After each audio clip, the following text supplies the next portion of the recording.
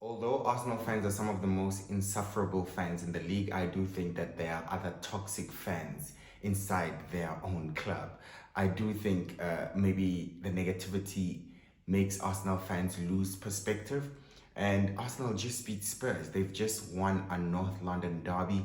Not only did they get the result after a string of a few bad results or horrible results, but they actually put in a performance in. And if you look at the perspective, there are actually 4 points of Liverpool now. They are still in a title race, albeit that Liverpool have a game in hand.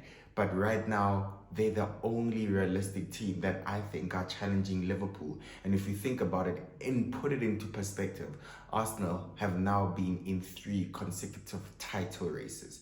The first two, they lost out to Man City. Man City probably have the best team that the Premier League has ever seen. And we know how many points they've been hitting. So for Arsenal to put up those numbers consistently over 2 seasons and not win the league, any other time they probably win the league, right? Of course, Liverpool went through the same thing against City with 90 points on their board. But, Arsenal didn't even get there. But you would have felt like it's harsh on them. They competed. They came off second best against one of the best teams in the century in the Premier League. So the fact that Arsenal are competing again, it takes mental strength and also physical strength to be able for a third year to keep going, right? And if you look at the losses, yes, they're out of the FA Cup. It was a horrible performance, but Arsenal fans don't really want an FA Cup. You were getting an FA Cup with Arsene Wenger and a top four finish yearly, and Arsenal fans wanted Wenger out because that wasn't good enough. You wanted more, right? You don't necessarily want the Carabao Cup. Yes, you're trailing 2-0 to Newcastle, and it looks like most probably you won't be able to turn it around, but there's still a second leg. You can be a little bit hopeful, but even if you do get knocked out, which seems to be most likely, how many fans wanted the Carabao Cup? You guys don't want that. You either want the Champions League or Premier League. And right now, you're still in the running for both. You already made it to the knockout phases of the Champions League, and you're still in a title race. I think that is something to at least be positive about. And the thing that I hate is that Arsenal fans sometimes get caught up in the negativity that even after good games, they don't want to give the credit. They don't want to give Mikel Arteta credit for the fact that he has won a game and he's keeping up at the top of the table. Never, ever, ever give Mikel Arteta credit to beat this Tottenham team. No! Are you crazy? Are you mad? They don't want to give Martin Odegaard credit after a good game because he had had a few bad games. I mean, Odegaard is also coming from an injury, a little bit of a long-term injury that has hampered his form, that's for sure. But it does happen to footballers. It does happen in football that players, after an injury, they don't hit the ground running again.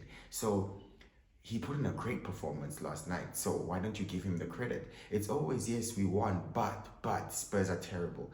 Oh, we won, but Havertz is still nonsense. Okay. Like, I think there's a time where everyone can be negative and pile on and give criticism, but other times you just have to be like, fair play, we won, congratulations, and move on. No buts. Like, you won the game. You won the game and you put in a good performance in after a difficult time. That was something to be proud of, right? And you just have to look forward and be a little bit hopeful. That's what a true fan would be, right? I don't know.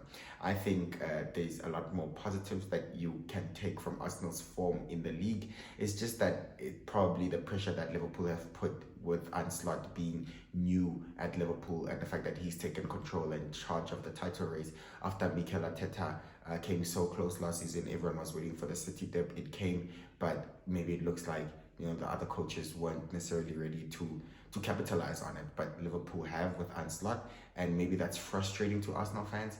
I mean, I get that, but the season's not over. This is the season where it's not probably going to be a 90-pointer. So there will be twists and turns. There will be up and downs. Liverpool will drop points.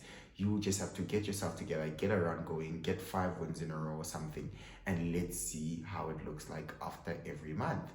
And for me, with this Premier League, it's so competitive that Bournemouth are a point behind City. Bournemouth are 4 points behind top 4. We have played 21 games. It's so competitive now. Anyone can drop points at any point in time. Look at Chelsea. They've went a few games in a row where they've dropped points. Many, it's possible in a week, in 2 weeks, you can literally move from third to first, or you can move from sixth to fourth. Look at Newcastle. Newcastle are in fourth place now after wins in a row, after a few wins in a row, or quite consecutive wins in a row. Newcastle have taken a position in the Champions League spot, number 4. They're above Chelsea, and they're also above Man City by 3 points. So it's a very, very competitive league. You also have Aston Villa challenging to get back into that top 4 spot. Newcastle, we know, made Champions League a few years ago. Aston Villa last year. And now they are basically threatening again to take that top 4 spot. It's shaking things up. So it's a very, very competitive league. Villa on the same points as Man City. They're also in a top 4 charge. So it is a very, very difficult season. I think all sort of the mid-table teams have improved in quality and they're able to compete more. So this is going to be a very, very thrilling title race. I do think there's still going to be so many twists and turns. I do now start to believe that probably Liverpool haven't secured it. They should have been clear by now. They should have been 10 points, 11 points, 12 points clear with the poor form that teams like Arsenal have had.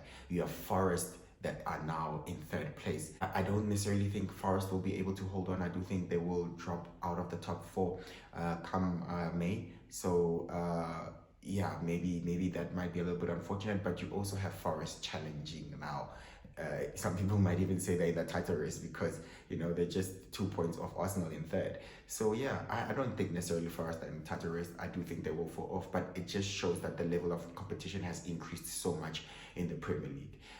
But yeah, I think I just made this video for Arsenal fans to be a little bit more positive, be a little bit more hopeful, or at minimum be a little bit more fair, right? So when Arsenal do well, please be able to acknowledge that and give the respect that the players and the coach deserves, and also just say congratulations, you did well, and move on, right? But yeah, be as fair when you criticize the team. You love to pile on and you love to criticize the players and Mikel Arteta. But when Arsenal do well, at least, even if you show half of that, it would be a little bit more fair. Yeah, so congratulations, Arsenal. They won their game. Newcastle beat Wolves as well. Isak again, he's scoring. Arsenal can go give Newcastle 100 million for him maybe in the summer, and then they can get the striker that they need. And also Aston Villa won and they beat Everton. So those are sort of the results that you would have expected from the so-called better teams in the league, although Crystal Palace also beat Leicester 2-0 in the bottom of a table clash. Manchester United will be up against Southampton tonight in a crucial relegation 6-pointer. We know United got a crucial point against Liverpool for their relegation battle. So yeah, let's see how they play tonight at Old Trafford against Southampton, but they'll be at home. You're also expecting a fairly easy win for them in this regard, because just Southampton have been that terrible. So yeah, with that being said, please subscribe and I'll see you on the next one. Bye-bye. Ladies and gentlemen, it's match day. Who will be there? Do you care though? Who will be there?